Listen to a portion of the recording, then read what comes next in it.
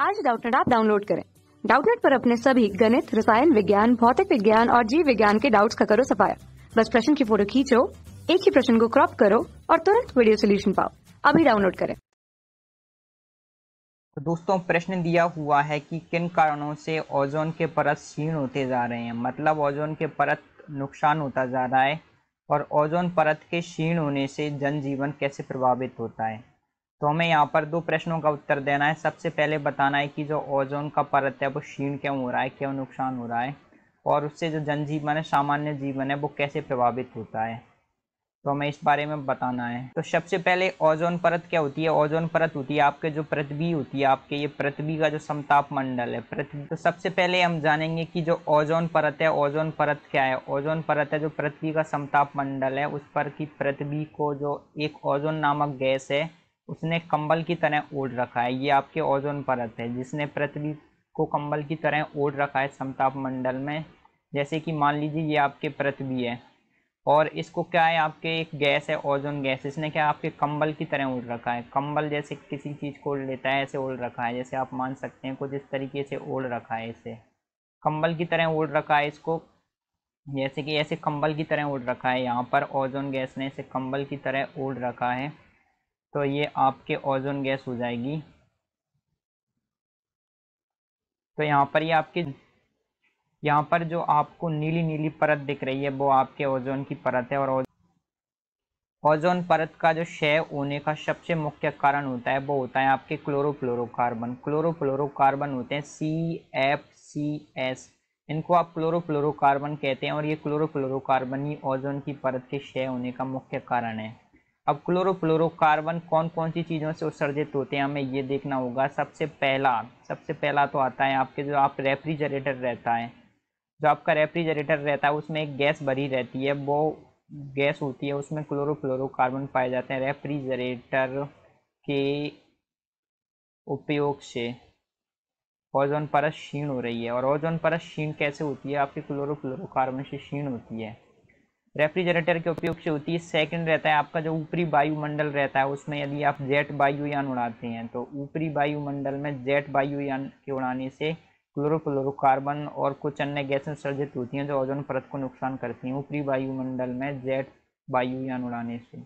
Jet विमान जो बहुत फास्ट गति से चलते हैं उनकी वजह से आपके जो ओजोन परत है उसका नुकसान होता है जेट वायुयान उड़ाने से। और इसके अलावा जो प्रदूषण होता है, जो वायु प्रदूषण होता है, उसकी वजह से भी आपके जो ओजोन परत है उसका नुकसान होता है। वायु प्रदूषण के द्वारा क्या होता है, आपके बहुत सारी गैसें उत्सर्जित हो जाती हैं वातावरण के अंदर, जो कि ओजोन परत को नुकसान पहुंचाती हैं। तो वायु प्रदूषण इसका तीसरा कारण हो जाएगा। अब हम जानेंगे कि ओजोन परत को क्लोरोफ्लोरोकार्बन किस तरीके से नुकसान पहुंचाता है। तो आपका जो क्लोरोफ्लोरोकार्बन होता है जनरली उसका सूत्र होता है आपके CF2Cl2। ये आपके क्लोरोफ्लोरोकार्बन होता है, यहाँ पर ऐसे रहता है। यहाँ पर ये कार्बन, इसकी 4 संयोजकताएं होती हैं। 2 पर क्लोरीन लगा रहता है आपके और 2 पर क्लोरीन। तो क्लोरोफ्लोरोकार्बन क्या होता है, उच्च ताप पर जब वातावरण का समताप मंडल होता है उसमें जो ClF2 और यहाँ पर कार्बन, तो ये आपके टूट जाता है आपके CCl और F2, और यहाँ पर क्या करता है आपके क्लोरीन मुक्त मूलक बनाता है। और ये क्लोरीन मुक्त मूलक होता है, क्या होता है आपके यहाँ पर जब आप सूर्य का ताप होता है ना उससे ये टूट जाता है।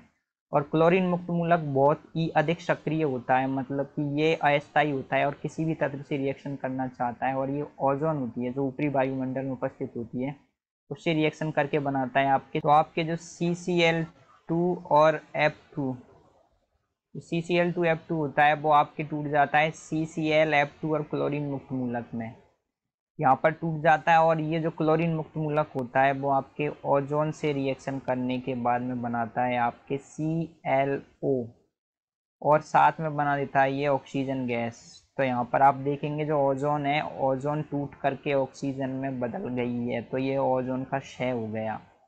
अब बाद में जो आपके ClO होता है ये भी अस्थायी होता है और ये ClO रिएक्शन कर लेता है वापस से ये ClO वापस से रिएक्शन कर लेता है ओजोन के साथ में और ये मिलकर के बना देता है आपके फिर से ClO। जो यहाँ पर आपका जो ClO बना है, ClO भी अस्थायी होता है और ये वापस से ओजोन से रिएक्शन करता है। ओजोन से रिएक्शन करने के बाद में ये वापस से क्लोरीन मुक्त मूलक बनाएगा और साथ में बना देगा आपके बना देगा ऑक्सीजन गैस। तो इस तरीके से आपके जो ओजोन परत का क्षय होता है और ओजोन परत का क्षय होने से बहुत अधिक नुकसान होता है। जो ओजोन परत पृथ्वी को ढांके हुई है उसमें छेद हो गया है। इसकी वजह से क्या होता है, जो पराबैंगनी किरणें होती हैं, सूर्य से आने वाली पराबैंगनी किरणों को रोकने का काम होता है आपके ओजोन परत का। तो जो पराबैंगनी किरणें, जिन्हें आप शॉर्ट में यूवी बोलते हैं, यूवी रेज पराबैंगनी किरणें होती हैं, यूवी लाइट, वो पृथ्वी पर क्या होती है, सीधे आती है, पृथ्वी पर सीधे आती है। तो पृथ्वी पर सीधे आती है, तो सीधे आने से क्या होता है, ये बहुत ही अधिक ऊर्जा वाली होती है, ये बहुत अधिक ऊर्जा वाली होती है, जिसकी वजह से क्या करती है, ये पेड़ पौधों को और जो समुद्र में उगने वाले होते हैं छोटे छोटे पौधे, जिनको आप पादप प्लवक बोलते हैं, उनको नुकसान पहुंचाती है। ये बहुत अधिक ऊर्जा वाली होती है।